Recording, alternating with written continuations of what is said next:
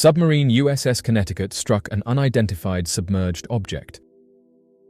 A United States nuclear submarine incurred damage, and several crew members were injured after it collided with an unidentified submerged object while operating at a significant depth in the South China Sea.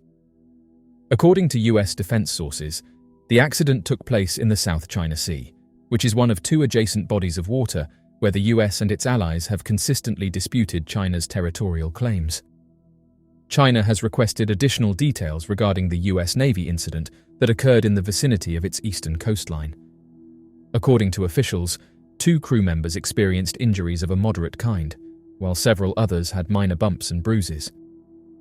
Every individual received medical attention on the ship, and no one was evacuated from the submarine. According to the Navy statement, the submarine, which is one of nearly 70 in the United States Navy's fleet that is fueled by nuclear energy, is currently in a secure and steady state. The nuclear propulsion system and its associated regions were unaffected and continue to function at full capacity. According to U.S. sources, the attack submarine's armament systems remained intact and undamaged. The Navy stated that it is currently evaluating the extent of damage to the rest of the submarine and will conduct an investigation into the incident. Many theorized that the submarine hit an unidentified submerged object, something that military officials often talk about. Unidentified submerged objects represent one of the most intriguing and least understood phenomena in the study of the unknown. Often overshadowed by their airborne counterparts, UFOs, USOs are objects or phenomena observed beneath water that defy explanation. These sightings occur in oceans, lakes, and other bodies of water, and have been reported by credible witnesses, including naval personnel, fishermen, and recreational boaters. The mystery of USOs raises profound questions about the nature of these objects, their origins, and what secrets might lie beneath the surface of our world's waters. Reports of mysterious objects and lights beneath the water surface are not a recent phenomenon. Historical accounts suggest that USOs have been observed for centuries. Ancient mariners often reported strange lights moving under the sea or witnessing objects emerging from the depths. These early sightings were often dismissed as folklore or misinterpretations of natural phenomena, but they laid the groundwork for modern interest in USOs. In the 20th and 21st centuries, reports of USOs have continued to emerge, often involving highly credible witnesses and advanced technology. Many of these sightings have been made by naval personnel who are trained to observe and report unusual occurrences with precision. For example, in 1963, the crew of a U.S. Navy submarine reported detecting an object traveling at an incredible speed underwater, far faster than any known submarine could achieve. The object was tracked for several days, but its origin and nature remain unknown. In recent years, the advent of advanced sonar and underwater surveillance technology has led to an increase in USO reports. These technologies have detected objects moving at extraordinary speeds and displaying maneuvers that defy the capabilities of known human-made submarines or aquatic vehicles. These observations have fueled speculation about the origins of USOs and their potential connection to UFOs, one of the least explored environments on the planet. Advancements in underwater exploration technology could provide new insights into the nature of USOs and help unravel the mysteries they present. 2 mysterious crop circles appear overnight in Hampshire, England. The first crop circle appeared on the 28th of July 2024 in Stoke Charity, a small village near Sutton Scotney in Hampshire. Overnight, in the middle of a wheat field, a perfectly formed crop circle had appeared, but this was no ordinary crop circle. Unlike the traditional circular patterns that have been associated with crop circles since they first gained attention in the 1970s, this formation was distinctively different. It was a circular pattern featuring a cube-shaped wave design at its center.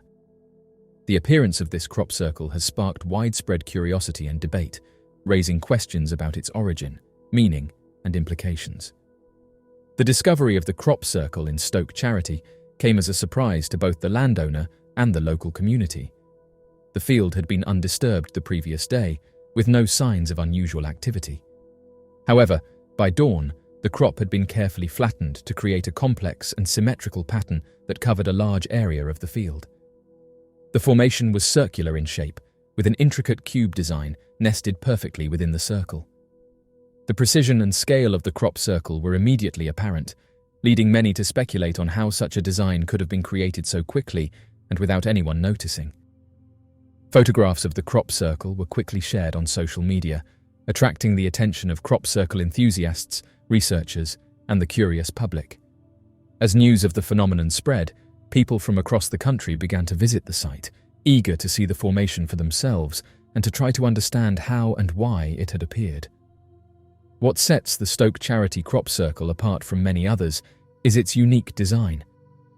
The complexity of the design suggests a high level of skill and planning, leading some to speculate that it could not have been created by human hands alone, especially under the cover of darkness.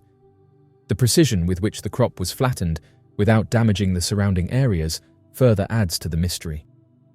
As with most crop circles, the appearance of the circular cube-shaped formation in Stoke Charity has led to a variety of theories about its origin. The second crop circle appeared in Etchelhampton, a small village in Wiltshire. This crop circle, which materialized overnight, has become the subject of intense interest and debate, raising questions about its origin, meaning, and the broader phenomenon of crop circles. The farmer has requested that people don't step on his land as he doesn't want any more damage done to his property. In the early morning, local farmers and residents were greeted by an astonishing sight: a massive crop circle measuring over 80 meters that had appeared in a wheat field, seemingly out of nowhere. The formation, covering a significant area, featured a large spiral pattern with a perfect circle at its center. The spiral wound outward in a precise and symmetrical fashion, creating an image that was both visually striking and geometrically complex. The crop within the spiral had been carefully flattened, with the stalks laid down in a manner that preserved the integrity of the plants, yet created a clear and defined pattern. The precision of the design, combined with its size and the fact that it had appeared overnight without any obvious signs of human activity, immediately sparked curiosity and intrigue. News of the crop circle spread quickly through the village and beyond, with people flocking to the site to see the formation for themselves. The intricate spiral design, combined with the central circle, drew comparisons to ancient symbols and mathematical patterns, leading some to speculate about its potential meaning and significance. Photographs of the crop circle were soon shared on social media, attracting the attention of crop circle researchers as well as journalists and the general public. The sudden appearance of the crop circle in Etchelhampton added to Wiltshire's reputation as a centre for unexplained phenomena, fueling further interest in the region's mysterious past and present. The spiral is one of the oldest and most universal symbols found in human culture, appearing in art, architecture, and spiritual practices across the world. It is often associated with concepts of growth, evolution, and the cyclical nature of life. In many ancient cultures, the spiral represented the journey of life, the movement of the heavens, or the unfolding of the cosmos.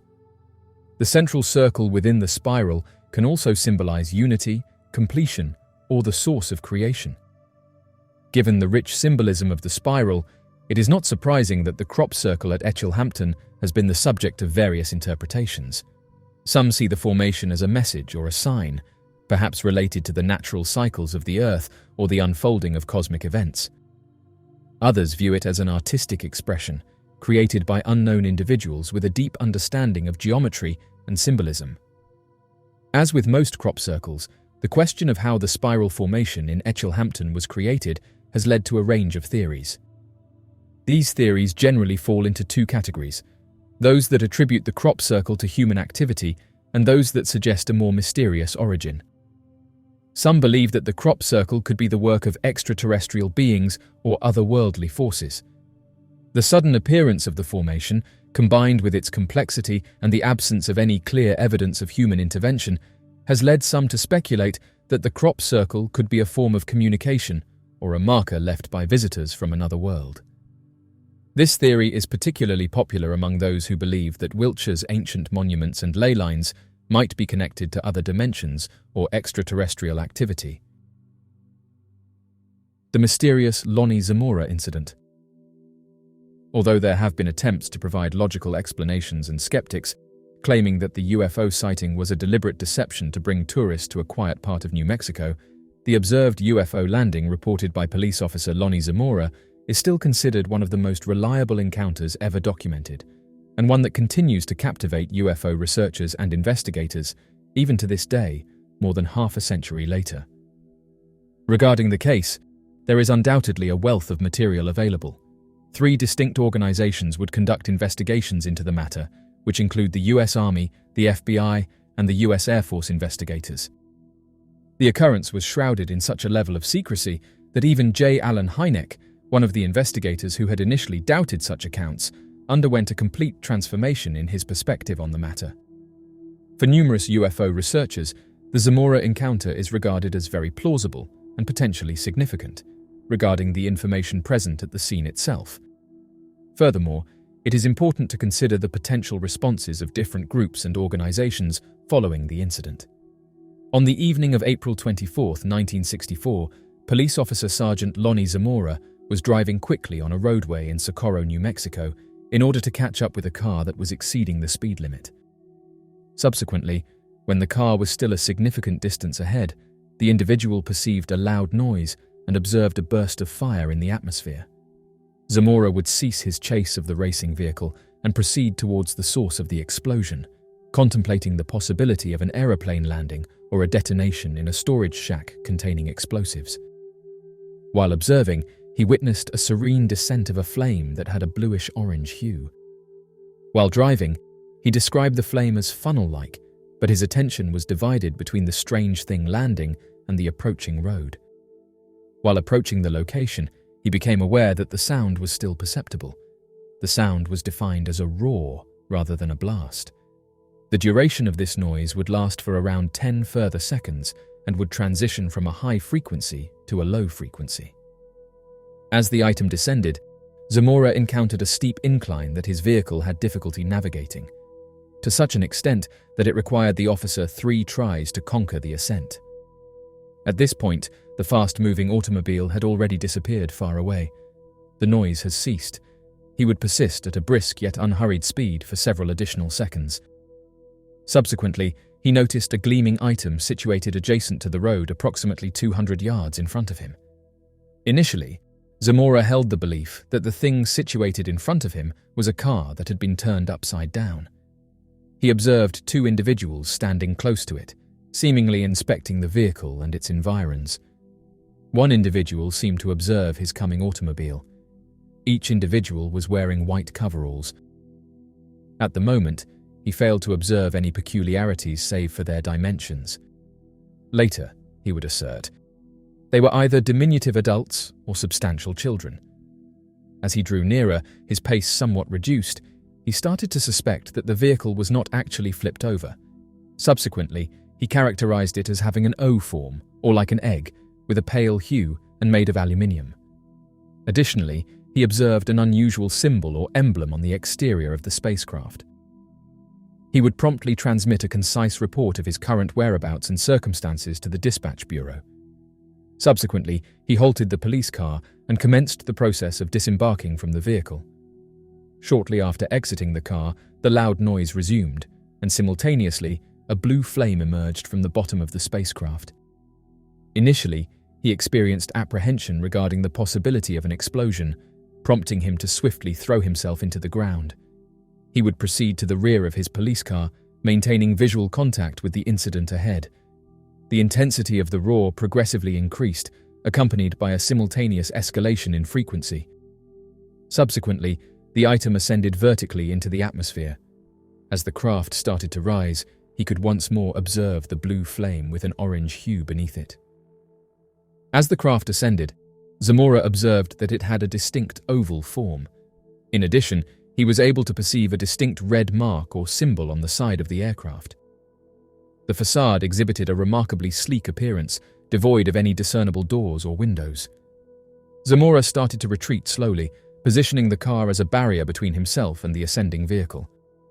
Subsequently, while reaching an elevation of around 20 feet, the vehicle ceased its upward movement and remained suspended for a few moments.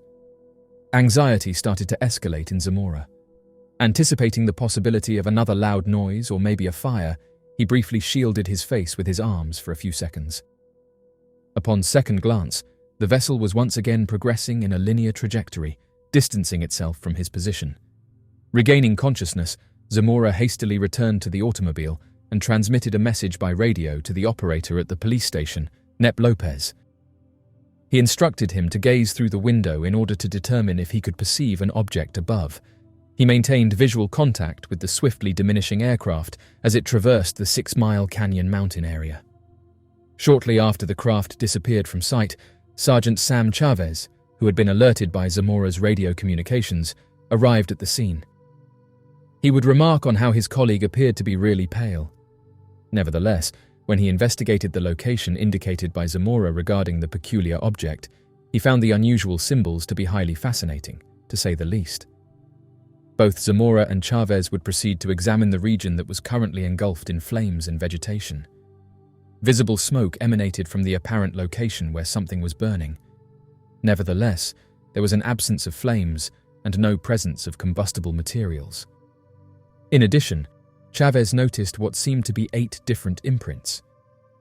4 of the indentations had a larger and rectangular configuration, whereas the remaining 4 displayed a smaller and circular shape. Zamora later asserted that he had not observed any legs when the thing was on the ground. It would only take a few hours for the press to learn about the incident. In a matter of days, the once quiet town of Socorro quickly gained prominence as the focal point of interest for the UFO community. UFO researchers and investigators would gather in the region. Several journalists from news agencies including United Press International and Associated Press would also be there. In addition, organizations like the Aerial Phenomena Research Organization and the National Investigations Committee on Aerial Phenomena would dispatch teams to the region. In addition, the U.S. Air Force would dispatch representatives to conduct an official investigation. Ray Stanford, an investigator from the National Investigations Committee on Aerial Phenomena, was among the first to arrive at the scene. Presumably due to this reason, Stanford seemingly interviewed multiple witnesses who could support the tale before it gained widespread attention. He would unearth a report to an Albuquerque television station, which may have started to help with a timetable of sorts, and he would also find a possible witness who just so happened to be driving through the state at the time of the sighting. The resident of Albuquerque called at 5:30 in the evening to report that an oval object was approaching the town of Socorro at a very low altitude and moving very slowly for its size. Additionally, there were other witnesses who asserted vivid recollections of perceiving a distinct, boisterous sound during the approximate time when Zamora made his claim. Some individuals would even affirm having heard the second roar that Zamora alleged had taken place as he departed from his vehicle. Additionally, Stanford would discover from the Socorro police files that 3 different people had reported seeing a brilliant, shining object rising in the sky to the dispatch desk. The reports would have been received prior to any publicity of the incident. One particularly intriguing report originated from the La Madera region of New Mexico. Furthermore, the FBI would deem it appropriate to conduct an investigation. On the same day as the Zamora event, an unidentified flying object was sighted in the area. Despite ruling out the possibility of military aircraft, the nature of the item remained unknown. Subsequently, on the 26th of April, about after 1 in the morning, a neighboring inhabitant ventured outside to investigate the source of disturbance to his horses. During this encounter, the individual observed an object resembling a butane tank, descending and touching down on the ground in close proximity. Upon resuming flight, the observer vividly remembered observing a blue-white flame emanating from the lower surface of the vehicle. In addition, he would observe significant depressions on the ground, as well as multiple smaller, more circular ones. Moreover, a scorched circular area on the ground was clearly visible as the landing place for a considerable period of time. The cops at the site immediately recognized that the indentations were recently created and not pre-existing. Moreover, they were constructed to resemble the impact of a substantial item in the vicinity at an oblique angle. While Zamora was the sole police officer who directly observed the craft, several others, including Chavez, could provide ample testimony to confirm the genuineness of the incident. In addition, in Chavez's case, Zamora himself would assert that his fellow officer was experiencing a state of shock. Upon their arrival, everyone would assert that certain areas of the ground were still scorching and emitting smoke. The FBI investigation explicitly documented the presence of 4 non-conventional, smoldering regions at the same site where Zamora alleged the occurrence of the incident. Chavez would additionally do a prompt and comprehensive search of the vicinity. He was unable to locate any tire tracks, except for the ones made by Zamora's vehicle. Furthermore, no other footprints were found that would indicate the presence of any other activity going to the landing spot. Prior to delving into the official military investigation, let us revisit one of the out-of-town tourists who were driving in the very location mentioned by Stanford upon his arrival.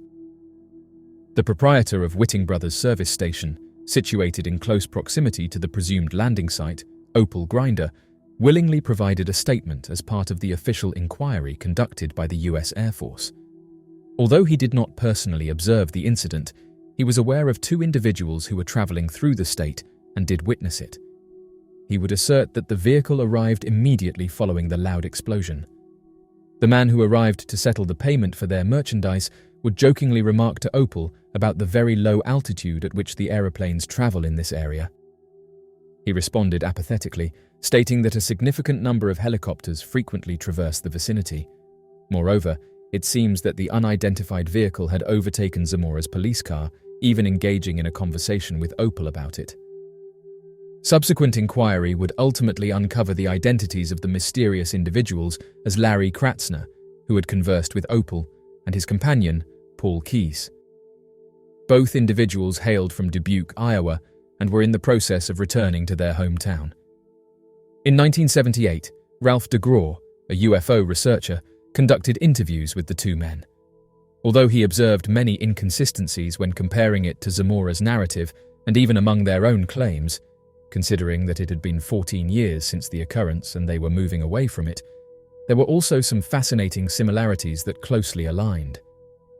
On April 25th, the United States military conducted an official interview with Zamora.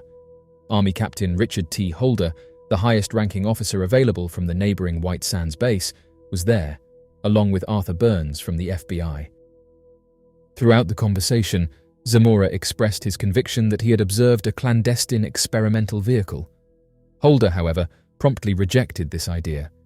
He appeared to make a deliberate effort to inform the press that the military did not own any object that could be compared to the object described by Zamora. Shortly after the interview, Holder and Burns would promptly proceed to the purported landing site, equipped with flashlights to navigate in the darkness. The authorities would promptly establish a perimeter around the area, collecting samples and scrutinizing the charred sections of the vegetation. Researcher James E. McDonald asserted that the military secretly confiscated a sample of fused sand. He asserts that a person named Mary Mays, who is employed as a radiological chemist in the Las Vegas Public Health Service, was also present at the Socorro site on that particular evening. While conducting her duties on behalf of the US military, she made the remarkable discovery of a solid glass-like region located directly beneath the landing site. The majority of the samples she collected turned out to be sap. Nevertheless, there were numerous unidentifiable and unfamiliar organic substances. Some individuals made additional efforts to explain the incident as a result of meteorological conditions or a hot air balloon that had been affected by the wind. Nevertheless, this does not provide a satisfactory explanation for the deafening roars that were experienced by Zamora and many Socorro residents. Furthermore, it fails to elucidate the origin of the flames seen by Zamora. Alternatively, the smoke that was reported by the mystery tourists. Zamora had mentioned observing what he believed to be particles of dust swirling in the vicinity of the item. He was uncertain whether the movement was caused by the wind or if the dust was a result of the landing. Undoubtedly, Zamora himself would remember that the winds were blowing exceptionally strong that evening. Subsequent research has revealed a crucial feature that contradicts the notion that wind could have caused the movement of a balloon. All accounts indicate that the item was moving in the west-southwest direction. Nevertheless, this implies that the item would have been advancing against the opposing airflow. Clearly, this would entirely destroy the idea that a lightweight vessel was solely subject to the whims of the wind. In addition, as stated by Zamora, the object would ascend vertically. Moreover, it would remain suspended in the air for some seconds. The object's movements were not in line with those expected from anything dependent on wind strength for both direction and power. Despite extensive investigations, The Lonnie Zamora incident remains unexplained. It stands as a reminder that there are still phenomena in our world that defy easy explanation. Whether the incident was a glimpse of advanced human technology, an encounter with advanced beings, or something else entirely, it continues to provoke curiosity and debate. As of right now, the Lonnie Zamora incident is a cornerstone in the study of UFO phenomena. The detailed and consistent account provided by a reliable witness, combined with physical evidence, makes it one of the most compelling cases in UFO history. While the true nature of the encounter remains a mystery, it serves as a powerful reminder of the unknown and the need for continued exploration and open-minded investigation.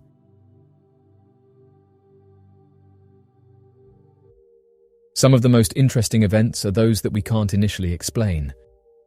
Being a rancher is a hard but rewarding job. The job becomes even more difficult when your cattle start to expire under mysterious circumstances. What many people aren't aware of is that these strange circumstances have been reported for hundreds of years, and each time these cases get investigated, we get no closer to understanding what or who is doing this. Ranchers throughout the United States have come forward with their cattle stories, but said that as of right now, even officials are confused as to why this keeps happening. Due to this worrying trend, investigators wanted to examine the animals in order to better understand what was going on, and hoped that by conducting a detailed analysis of the animals, they would be able to come to a conclusive answer. Frustratingly, the extensive surveys didn't reveal anything that would indict why the cattle were expiring in the way they were, and this led to the ranchers demanding answers and more investigations into why this was happening, saying that this phenomenon has been going on now for several months throughout Colorado and Utah. One of the investigators decided to see if there were any signs of predators in the area, but surprisingly, nothing was found, and there was very little evidence to suggest that the cows had been attacked by a predator.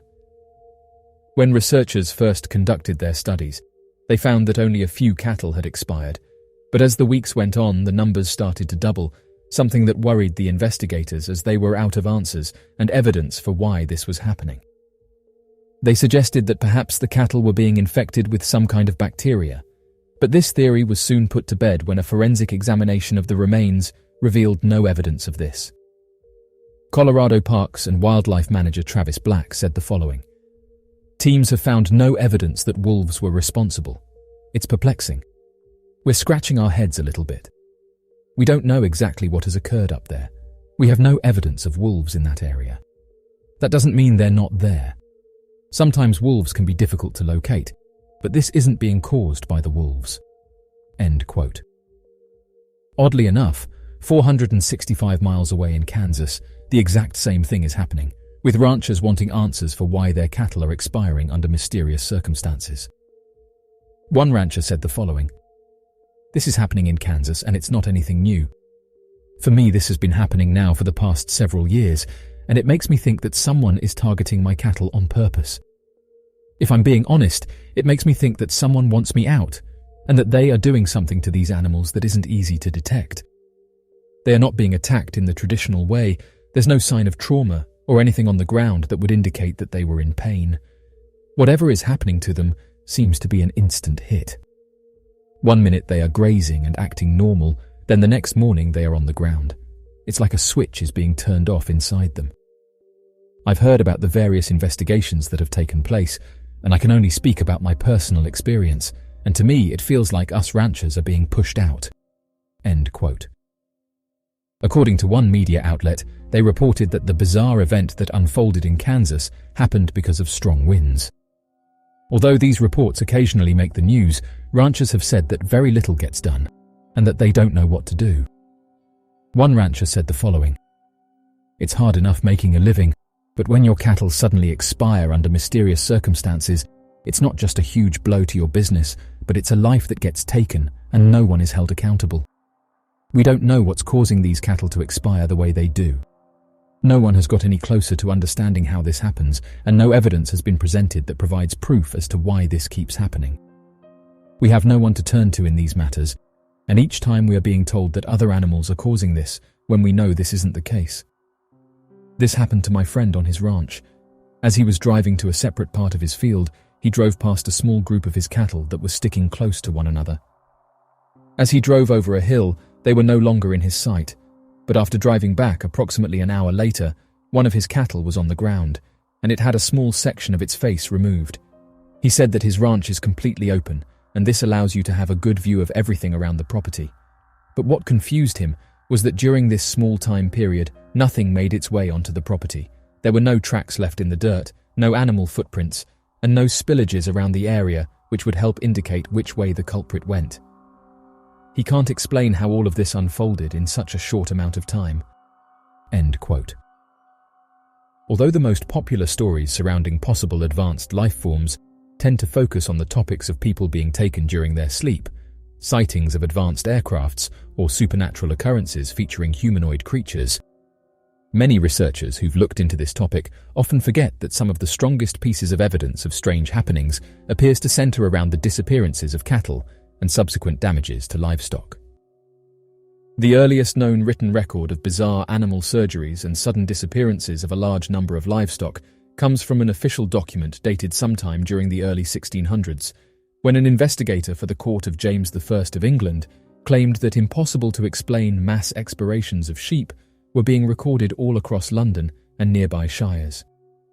It was originally believed that the sudden expirations of the sheep could have been caused by neighbouring farms competing in market production alongside hungry travellers that were committing theft as they travelled throughout London, of which was the most heavily populated region during the 1600s. When the investigations took place, evidence was found that seemed to reject the original hypothesis. According to the court investigator, the sheep were found to have expired through causes that were otherwise impossible to attribute to human activity. Their organs, meat, and fleece remained untouched, with only evidence of possible tallow removal, and blood having been completely drained from the animal with no spillage surrounding the animal. Even more difficult to explain was the sheer number of sheep that suddenly expired in what farmers believed would have been over the course of only a few hours. The investigator wrote that in some cases there were more than 100 sheep that suddenly expired, and no evidence of footprints, tracks, or spillage that could point towards a group of people having perpetrated the crime. When the investigator asked around local regions that were at the epicenter of the series of sheep disappearances and expirations, many attributed the sight of brilliant lights nearby to have been the possible cause. Some believed that the fireworks could have scared the sheep and caused them to pass away in fright, whereas others believed that the lights they had seen in the sky could have had a more sinister purpose. The court ended the investigation with the following comment. Around the City of London and some of the shires adjoining, whole expirations of sheep have been made, in some places to number 100. Nothing is taken from the sheep but their tallow and some inward parts, the whole carcasses, and fleece remaining still behind. End quote. The phenomenon would continue for several decades before ending entirely. The most interesting aspect of these sheep disappearances is that they seem to bear remarkable resemblance to modern-day cattle disappearances. When researching mass livestock expirations, it became obvious that cattle disappearances and surgeries are a fairly recent development, with the first recorded instances beginning during the 1800s. A strange finding is that the sudden change of livestock being targeted, from sheep to now cattle, appears to match directly with the world market and primary source of meat production during these times. When sheep disappearances, surgeries, and unexplained expirations were occurring, the main meat export around the world centered around sheep populations. It's only been over the last couple of centuries that the role of cattle has slowly changed for the purpose of meat consumption. During the 1600s to the late 1700s, when recorded instances of sheep expirations were occurring, cattle were predominantly used for labor and secondarily used for milk production. Eating the meat of cattle, creating leather from their hide, or using their bones for objects were only the product of cattle that had passed due to natural causes or old age. Could it be that whoever is behind these expirations switched from studying sheep from around the world to now modern-day cattle to better understand the main meat consumption diets of our entire species? The earliest known study into sudden cattle expirations began in the state of Ohio back in 1966, when an investigator known as John Keel began to look into a series of unexplainable cases that were recorded around the upper Ohio River Valley. The cattle seemed to have passed away due to bizarre circumstances that were otherwise impossible to have occurred naturally. When these cases were looked into, it revealed that a number of cattle had passed away shortly after falling from a great height despite the fact that the pastures were wide expanses of flat, endless land, with no heights great enough to have caused the injuries recorded. Other instances noted that the cattle appeared to have been cut with precision tools that created perfectly straight lines in their thick hide, which would have required special surgical equipment. A list of consistent findings were the following. Many of the livestock expirations were made with clean surgical cuts that would have required precise tools and equipment. Many of the cattle found had been completely drained of their fluids, showed no sign of spillage in the surrounding area, or any form of clotting surrounding their wounds. Over 90% of the cattle that were targeted was between the age of 4 to 5 years old. No footprints, spillage, tracks, or evidence of any other animal nearby could be found. These discoveries and subsequent livestock investigations stayed within the farming communities for several decades, without the general public aware of the events. This was until the 1970s, when investigations began to uncover bizarre findings. The first investigation that became publicized surrounding strange animal surgeries was the famous event known as the Lady Incident, that occurred on the 9th of September back in 1967. According to the King family, Harry King, the son of Agnes King, found their 3-year-old horse named Lady. The skin surrounding the head and neck of the animal had been completely removed, with cuts that were far too precise to have been caused by a predator. There was no vital fluid at the scene, and there were absolutely no tracks of any kind surrounding the body, including Lady's horse tracks that suddenly disappeared more than 100 feet from the body, as if the animal had been running but was lifted off the ground. Oddly enough, several small holes were punched into the ground as if there were sharp poles that carried a substantial weight that had landed nearby, and 2 large bushes had been found crushed completely flat. When the story surrounding the Lady incident was published in the local paper, it was the first ever recorded livestock investigation that had been associated with a possible otherworldly encounter. Following this, investigations grew to be far more peculiar. In June of 1976, when investigating the sudden expiration of a 3-year-old cow in Rio Arriba County of New Mexico, investigators discovered what was described as a trail of suction cup-like impressions that led away from the recovered body. These impressions in the ground appeared to be in a tripod form, with each cup being roughly 4 inches in diameter, 28 inches apart, and suddenly disappeared about 500 feet away from the young cow, with no other signs of tracks surrounding the animal. Although skeptics originally believed that the incident was playing off of heightened fears of mysterious encounters, with a perpetrator appearing to have used a contraption to have created the indentations, similar incidents with suction cup-like indentations would be found all across the state following the Rio Arriba incident. 2 years later, within the same state of New Mexico, a case involving an 11-month-old bull would bring the livestock investigations a substantial piece of evidence. According to the report made on the 24th of March back in 1978, Mr. Manuel Gomez alerted the New Mexican police of his prized 11-month-old bull having been the victim of a coordinated attack. When the police investigated the body, they found consistent details matching past investigations, such as precise cuts that could have been made only with precision instruments and surgical equipment, its organs completely removed, and a lack of blood to be found anywhere on the scene. On top of these consistent reports, the police found another peculiar aspect surrounding the bull when the team began looking at the organs for signs of predators of surgical markings.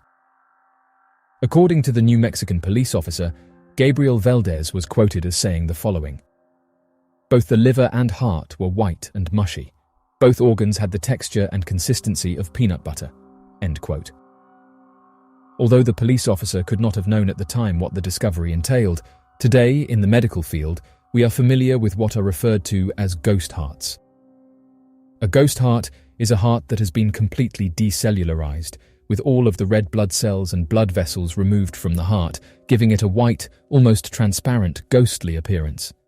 The only time a human heart is turned into a ghost heart is to prepare the heart for a donor transplant to prevent the body from rejecting the heart due to incompatible blood cells, or a reaction from the antigens of the blood from the donor's cells.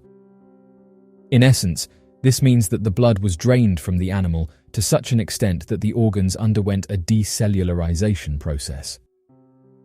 Shortly after this find, the Federal Bureau of Investigation took over the investigation and sent the organs to 2 independent private research laboratories to study the samples and bring back any information surrounding their chemical composition. In the research file, the FBI document outlines the following claims. The liver was checked against a healthy food market liver, which showed a difference.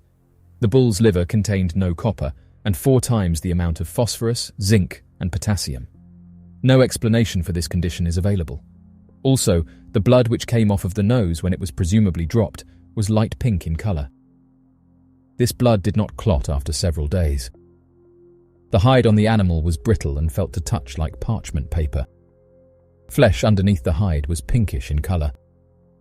A probable explanation for the pinkish blood is a control type of radiation used to expire the animal. This was according to radiation experts. The red corpuscles are destroyed, leaving the pale pinkish color. All of the toxicology findings on blood are negative because of the dissemination of the radiation. It's believed that this type of radiation is not harmful to humans, although approximately 7 people who visited the site complained of nausea and headaches. End quote. Scientists don't know why hundreds of birds are getting sick. Birds are a crucial part of the world's natural ecosystem. Without them, much would be lost. Now, scientists are racing to figure out why they are falling sick en masse to stop a potential tragedy from unraveling. In the Midwest and southern regions of the United States, birds are passing away and falling sick at alarming rates with no explicit explanation. An estimated 7 states are affected. Blue jays, European starlings, and grackles are among those most affected by the mysterious disease spreading through the bird world. According to avian biologist Kate Stankard of the Kentucky Department of Fish and Wildlife Resources, we are experiencing an unusual amount of bird mortality this year. We have yet to figure out what the problem is. The condition seems to be pretty deadly. The sickly birds are found with puffy eyes, often crusted over with pus, and many suffer from seizures and suffer from an inability to stay balanced. Biologists who have examined the birds claim that they act blind even when they have perfectly healthy eyesight and are mentally or instinctively lacking. For example, they cease to fly away when approached, a common avian behavior that ensures their safety. This suggests the sickness removes a bird's self-preservation instincts, making it susceptible to external dangers. In Stankard's words, the birds often sit still, often kind of shaking. Stankard asserts that hundreds of birds across the United States are struggling with the mysterious illness and emphasizes the problem is no longer a minuscule one, but a nationwide issue which worsens each year. Biologists across America promise that they are doing all they can to uncover the cause of this phenomenon. A multi-state research group has formed in an attempt to research the sickness further and hopefully discover a cure to administer into the wild. Even when a cure is found, there is some speculation about how one might get it out into the ecosystem safely. Investigating the issue is time-consuming, requiring samples to be analyzed several times during lab tests to obtain definitive results, and often come back inconclusive. Theories have arisen as to what might have caused the illness.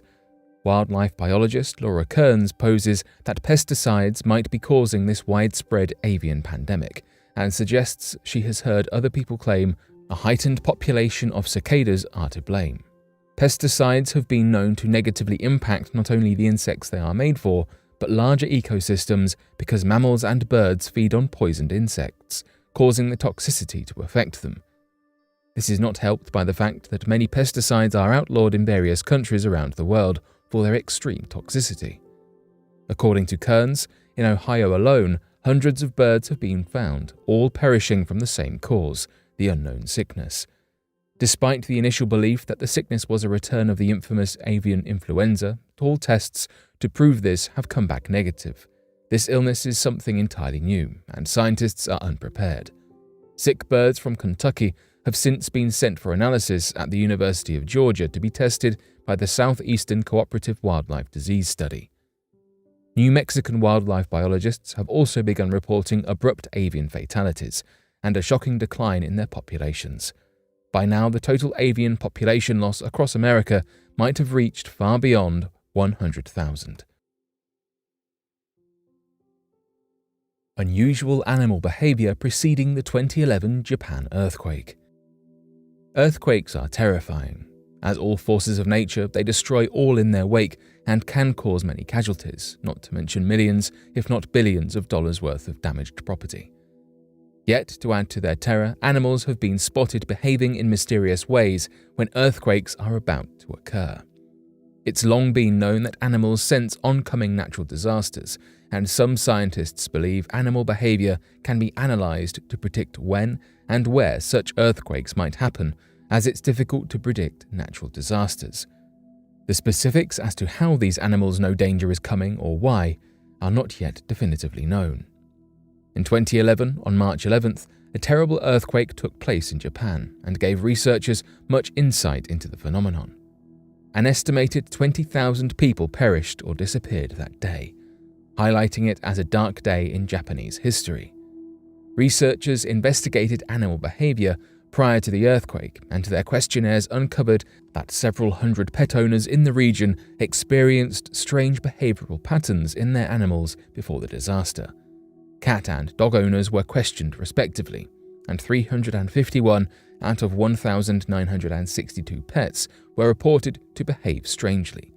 The odd behaviors included increased restlessness, a factor linking all the cases. Cows were also investigated, and research revealed that cows yielded less milk the closer they were to the earthquake's epicenter a week before the earthquake occurred. The fact that animal behaviors were a minority and not a majority brings some doubt to the idea that animal instincts can be used to predict earthquakes, but researchers believe that the project shows promise. Whereas the cow's milk yield fell the week leading up to the natural disaster, the cats and dogs behaved agitated and restless on the day of or the day before the earthquake. Owners reported symptoms of biting owners, panic, barking loudly, hiding, climbing high trees, meowing pathetically, and taking kittens outside. In 1995, a similar study was conducted in Japan before the Great Hanshin earthquake. In that report, over half of the pet owners declared strange animal behaviors. Mice in Kobe, one of the cities affected by the earthquake, began fleeing the region en masse the day before. The same thing happened with birds and insect populations, though they fled an estimated hour before the earthquake. It's believed that because animals, dogs and cats especially, can hear sounds inaudible to humans and feel frequencies, they are aware of incoming disasters. Animals have been found to be more sensitive to the natural world regarding changes in the atmosphere and gravity. It's speculated that earthquakes possess physical attributes, such as the release of carbon monoxide and ultra-low frequencies which alert animals to brewing trouble. Scientists discover a continent that had been missing for 375 years. Continents are massive. It might come as a surprise then that scientists recently found a brand new continent hidden away for hundreds of years. A group of geoscientists uncovered the continent of Zeelandia, known in the Maori tongue as Terua Maui. The continent has been recorded but seemingly faded from history books. The continent is believed to have been connected to Gondwana, a supercontinent that existed an estimated 500 million years ago and encompassed a massive portion of both Australia and Antarctica. The very first mention of the continent in the Western world comes from Abel Tasman, a Dutch merchant and sailor from 1642. Tasman remarked his desire to find a mysterious Great Southern Continent in hopes of etching his name into history, a task he struggled with. He had a conflict with the Maori, but was informed by the tribes that a giant landmass resided in the east. Despite Tasman's endless travels, he never uncovered the mythic Great Southern Continent. In 2017, that changed. At some point in history, billions of years ago, the continent tore away from the supercontinent of Gondwana for reasons yet unknown by scientists. At long last, 375 years after Tasman's journey, the continent was finally found. There has been speculation surrounding the mysterious and fabled Zeelandia long before its finding. Only now do scientists agree in its existence, all those millions of years ago. Most of Zeelandia is flooded, the murky depths concealing it all this time. Yet once the underwater landmass was investigated, it led scientists to wonder why they had not realized its existence sooner. Currently, researchers are trying to etch the history of Zeelandia onto paper, to map its existence, its separation from Gondwana, and its downfall into the endless, oceanic depths. According to scholar Nick Mortimer, if you think about it, every continent on the planet has different countries on it, but there are only 3 territories on Zeelandia. The continent's strangeness adds to its scientific and geological appeal. Our world is a bizarre place, so we can never truly know what lurks in the skies or beneath the waves. A few years back, a mysterious object could be seen opening up in the sky above Russia. The man who captured the footage said that an object could be seen forming in the sky, and then detailed that the object emitted a bright light, after which a smaller object could be seen flying out of it. The bizarre encounter left the man confused about what he had just witnessed, and in order to show his friends what he had seen, he decided to take some photographs so that he could analyze them at a later date. The man said that the object on the left was emitting a bright light, and that a smaller dark object could be seen inside it, describing it as looking like a large orb that was dark in color. As he watched the event unfold, he said that it made no noise and didn't match a plane or a helicopter, saying that he couldn't explain how the smaller, darker object flew out of the initial object. When the photographs were shared online, people gave their opinions on what they thought it could be. Suggestions ranged from rocket launches to mysterious aircrafts. Oddly enough, there weren't any launches in the area at the time of the encounter, which caused the eyewitness to suggest that it belonged to something unknown. Another user suggested that it was a wormhole, or that the man had witnessed a rare atmospheric phenomena. Interestingly, around the same time, it was reported that fighter jets had been scrambled throughout the area, and some of these reports have come from military officials and pilots themselves. For example, in 2012, a Russian fighter jet was scrambled to investigate a mysterious aircraft that had been detected on radar. The pilot reported that the object was a glowing orb that was moving at an incredible speed. The pilot attempted to intercept the object, but it disappeared before he could get close. In 2017, Russian media reported that jets had been scrambled to intercept several mysterious aircrafts that had been detected over the Black Sea. The reports claimed that the objects were moving at incredible speeds and were able to evade the fighter jets. There have also been reports of military officials investigating mysterious aircrafts. In 2014, the Russian Ministry of Defense launched a special department to investigate these sightings. The department is staffed by military officials and scientists, and is tasked with investigating any sightings that are reported. One of the most famous incidents of a Russian fighter jet encountering a mysterious object occurred in 1989. A Soviet MiG-29 fighter jet was scrambled to investigate a strange aircraft that had been detected on radar. The pilot reported that he had encountered a large, saucer-shaped object that was emitting a bright light. The object was able to evade the fighter jet and disappeared before any further investigation could be conducted. These incidents have raised questions about whether the Russian government has knowledge of or involvement with these objects. Some theorists have suggested that the government has made contact with advanced beings and is working with them in secret, but as of right now, officials deny these claims and have said that the majority of these sightings can be explained. However, some fighter jet pilots have admitted that these aircrafts do have the ability to outmaneuver them, which has led to a series of questions being put forward by the general public. As of right now, while there have been reports of Russian fighter jets being scrambled to investigate these mysterious objects, officials have said that there is no concrete evidence to support the claims that these aircrafts belong to anything advanced. Interestingly, these mysterious orbs, also known as Foo fighters, are a type of unidentified object that are typically described as small, glowing spheres of light. They have been reported by pilots, astronauts, and even everyday people for decades, with sightings dating back to World War II. One of the most famous cases of these orb sightings occurred during World War II, when Allied pilots reported seeing strange, glowing objects flying alongside their planes, detailing that it was almost as if these mysterious objects were inspecting their planes, and said that before they could fly towards them, they would shoot off at incredible speeds. These objects were dubbed Foo fighters by the pilots, and their presence was often unnerving and mysterious, with many pilots detailing that they had no idea what they were. Some pilots reported that the orbs would follow their planes for long periods of time, performing aerial maneuvers that were beyond the capabilities of any known aircraft. In more recent times, these orb sightings have continued to occur, with many witnesses reporting seeing glowing spheres of light in the sky.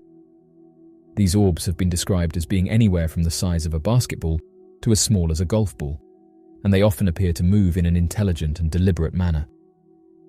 Despite the prevalence of orb sightings, there is still much debate among scientists and researchers about what these objects could be. Some believe that they are simply natural phenomena, such as ball lightning or other types of atmospheric anomalies. However, others suggest that they may be evidence of advanced activity. One theory is that these orbs are actually some type of advanced drone technology, developed by either a government or private organization. It is possible that these drones are being used for surveillance purposes, or even for military operations, and interestingly, they have been observed in areas with high security, leading some researchers to speculate whether an unknown group is responsible for them. Another possibility is that these orbs are indeed extraterrestrial in origin, and that they represent some type of reconnaissance or exploration mission. If this is the case, then it is possible that these orbs could be controlled remotely by an advanced civilization, or that they are being piloted by some type of artificial intelligence. As of right now, orb sightings continue to fascinate and mystify people around the world. While some dismiss these reports as mere hoaxes or misidentifications, others believe that they represent evidence of something truly extraordinary. Those who investigate these sightings have said that orb sightings are one of the most commonly reported aircraft, and over the years, pilots and eyewitnesses have been left confused by their sightings, saying that these mysterious objects have no visible propulsion system and are completely silent. One mystery is that every time these objects are photographed, they appear blurry, leading some researchers to say that these aircrafts might have the ability to interfere with electronics, which could explain why it's so difficult to capture them on camera. As of right now, what they are, how they are able to achieve what they do, and who they belong to remains a mystery.